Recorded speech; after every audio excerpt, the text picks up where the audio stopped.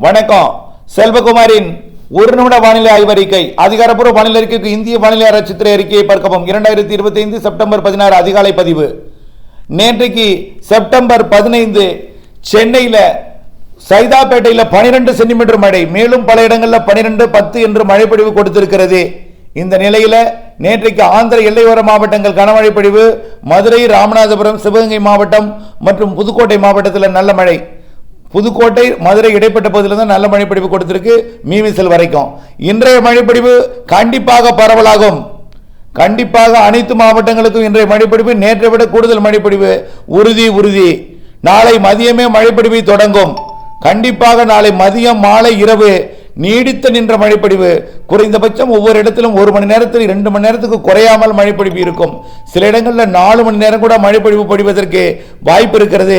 17ஆம் தேதி மாலை இரவில், மதியமே மழை தொடங்கும்.